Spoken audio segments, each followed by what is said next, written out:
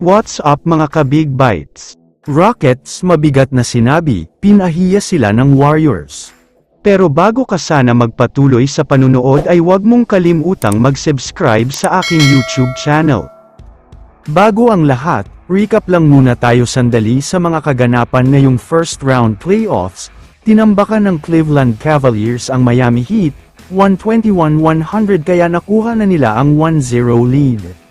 Ganun din naman ang nangyari sa bakbakan sa pagitan ng defending champion Boston Celtics kontra sa Orlando Magic.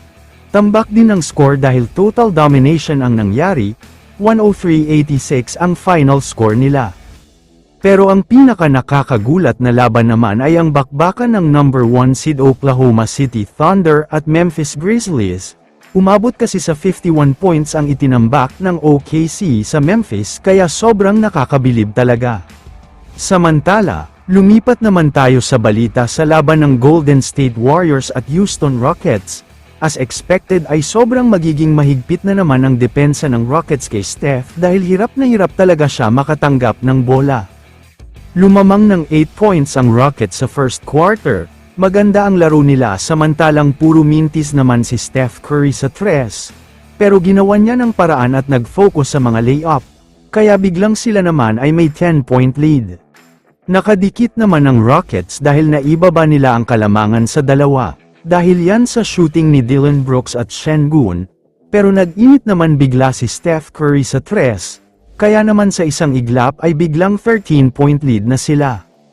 Sa third quarter naman, grabe ang shooting ni Podziemski at Jimmy Butler, kaya naman biglang lumobo na sa 20 points ang kalamangan nila. Wala talagang maisagot ang Rockets sa ganda at init ng shooting ng Warriors. Pero sa pagtatapos naman ng quarter na ito, 4 minutes walang field goal ang Warriors, nag-take advantage ang Rockets dito at isang 17-3 run ang ginawa nila, kaya naibaba nila ang kalamangan sa single digit.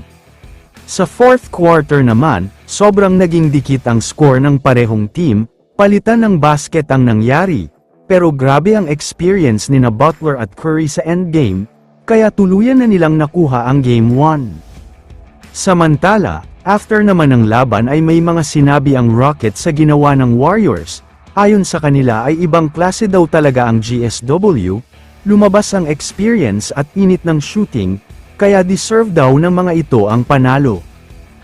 Kaya naman kung kayo ang tatanungin, ano ang masasabi nyo sa performance ng Warriors?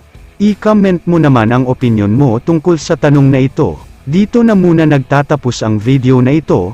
Maraming salamat sa panunood mga ka-Big Bites. God bless sa inyong lahat.